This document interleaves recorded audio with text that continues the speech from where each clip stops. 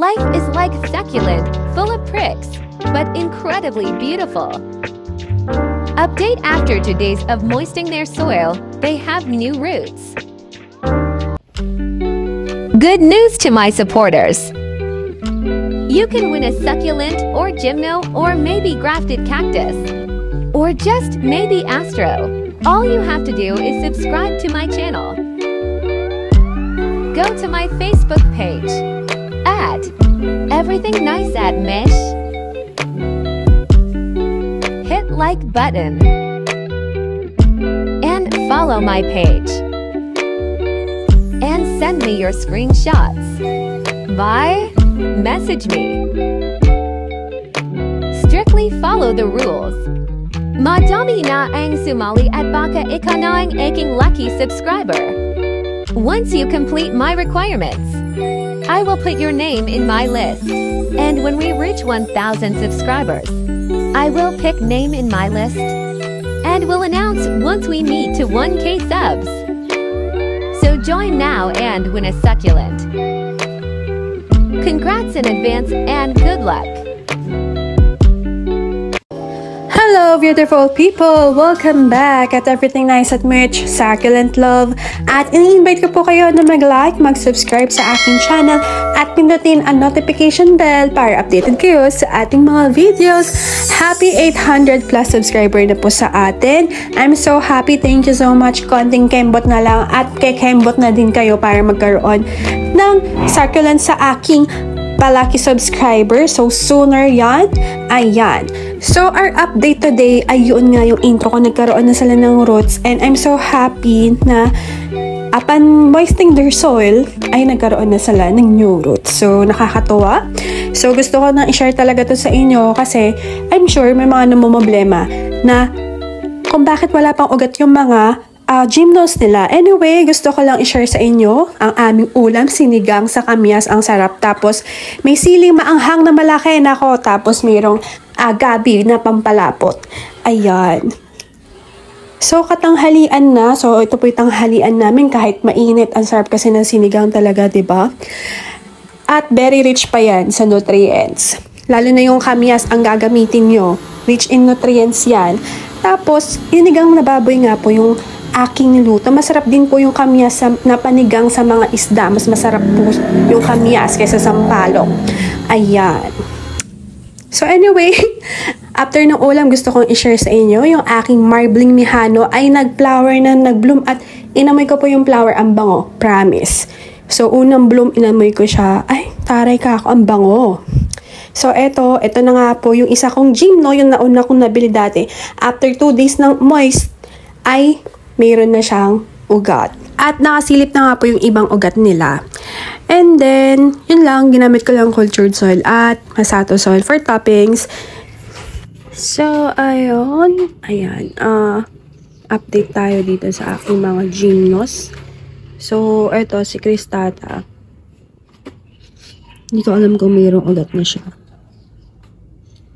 Pero nakikita ko na kapit yung kanyang mga ugat dito. Tapos, bali nung diniligan ko to after 2 or 3 days, meron 2 days lang, nag-ugat na sila agad.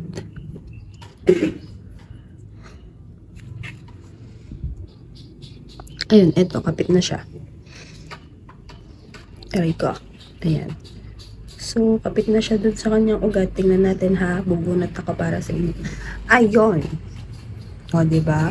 Ang bilis lang. So, cultured soil at saka masato soil. Pak na pak kayo dyan. Ayan. So, sa mga nahihirapan magpaugat, ganun lang yung gawin nyo kung gusto nyo. Kung hindi effective sa inyo, wag nyong gawin. Because the best teacher is our experience. Ayan. So, ako, kaya nagdilig na ako nung nagrepat ako sa, sa mga astro gymno ko. Eh, diniligan ko na sila. So, ayun.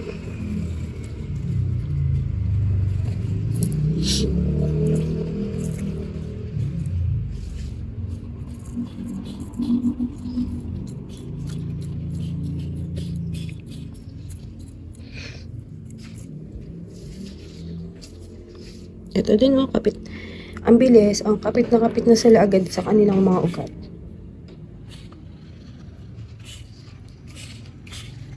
Ito din oh.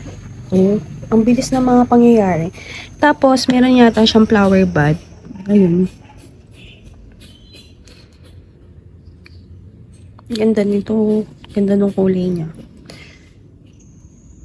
So, yung mga nagagandahan ko nga talaga yung kay ma'am. Parang pinch bataan. Nakasakto kasi ko ng sale nun eh. And for those na hindi, na first time lang sa Gymno, ang bilhin nyo po yung mga set. Kasi mas mura siya. Kung hindi nyo pa alam magtingin, kagaya ko. Pero ngayon, ang gusto ko ay parang T-lines. Ito, Gymno hybrid to eh. Ayan. So, yung iba, wala pa rin. Ito, wala pa rin.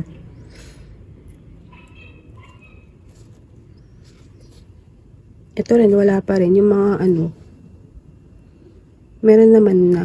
Ayan. So, yun lang. Mais-mais lang sa soil para kumapit sila agad. Uy, kapit na din. Ayan. So, nakakatawa. Tapos, ito namang pat na to, ganun din, kapit na siya. Saan ba yung inano ko dati dito? Ito, wala pa. Meron akong pinol dito dati. Ayun. Ayun, ito meron na siya agad. Diba? Mais-mais lang talaga. Once lang po kayo mag-mais, ha? Once a week. Mais lang. Pag mais lang, mais lang. Wag niyong donorin yung Gymno. Ang sinasabi ko po, mais lang ha. Baka mamaya lunurin nyo po yung Gymno nyo. Kawawa yung Gymno nyo. Ayan. So, din tayo sa kapila.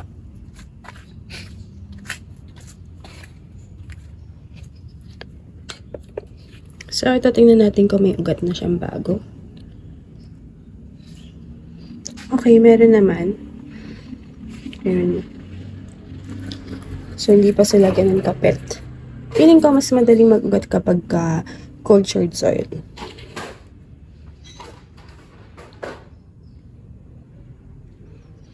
Yung kumapit naman siya ng konti. So, wala pa iba dito. So, yun. Feeling ko maganda pag cultured soil. Mas kapit sila. So, yun. Nag-bloom na siya. Yan o. Hinihintay ko to na mag-bloom. Tapos iniisip ko baka sa off ko pa to mag-bloom. Kasi, kagaya ng mga Gymno ko na crafted, nag-bloom sila. Nung jumuti na ako, tsaka sila nag-bloom. So, while andito ako, hindi sila nag-bloom. Kaya, ayun. Ito, hinantay ko talaga na mag-open kasi para sa akin, yung binilhan ko nito ay special. Ayun, kay Ma'am Kakusera. Kasi ramdam ko yung care niya talaga sa mga plants niya. So, ayun. Kaya sabi ko, ay hinihintay ko talaga siya na mag-bloom. Hindi ko nakita yung mismong pagbuka niya. Pero, akala ko mga bukas pa siya mag-bloom. Pero, yun. Nagulat na lang ako katanghalian. Ay, bumuka na siya. So, tingin pa tayo ng dito. Ito din, may mga siya may mga flower buds.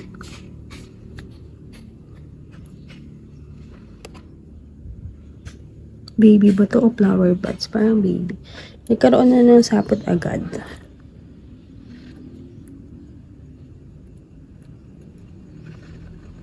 So, ayan. How about my Astra? Let's check. Uy, nag-ugat na. Oh, kapit na siya, oh. Oh, kita nyo? Kapit na siya agad. Ang galing. Na-amaze po ako. Ayan. So, after ilang araw tayo nagdilig. Mga 3? Ay, kapit na sila. Ang galing. Ito, hindi pa. Ito din, oh. Ayun, natanggal tuloy. Ayun, kapit na siya. So, asa na yung ko? Yung set ko. Ayan, so, gusto lang natin. Nagbagan ko na lang ito ng Masato soil. dala ko na yung ano ko, mga Masato soil. So, ayan ang ating update. Nag-ugat na sila. So, nakakatuwa. After 2 days, eto after 3 days, siguro after 2 days din, nag-ugat na din sila. At kapit na sila sa kanilang ugat. Though yung iba, yung mga, yung mga talagang wala pang ugat, hindi pa sila kapit. Baka palabas pa lang. So, ayun. That's our update for today. Thank you.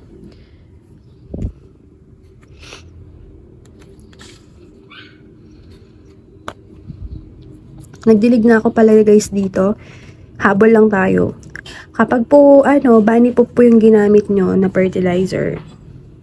Pag nag-water kayo, itapat nyo po dun sa bunny poop para pag wet siya, yung nutrients niya kumatas din sa lupa at sa inyong halaman. So, kapag nagdilig kayo, tapatan nyo yung bunny poop para kumatas yung nutrients niya.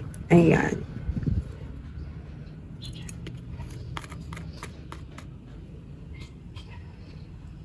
So, ayan po ang aking update sa aking mga gymno. Nag-ugat na po sila at pasensya na kayo sa aking boses dahil sinisipon pa rin ako.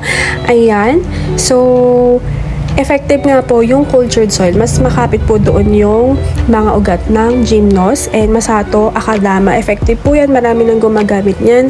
So, yung iba kasi natatakot silang diligan yung kanilang gymno kapag itinanim nila, hindi pa nila didiligan kasi natatakot sila na baka malusaw. So, okay lang po yun, moist lang po. Pero kung ano po yung effective sa inyo, kung ano ginagamit nyo, push nyo lang. So, I hope mayroon ako na ituro sa inyo for today's video. Ayan. So, thank you so much sa mga nag-subscribe at mga nagsusupport sa akin. Thank you so much po. At, ayan po. Thank you for watching and everything nice at Mitch Succulent Love. See you on my next video. This is your Nurse Plantita saying God bless.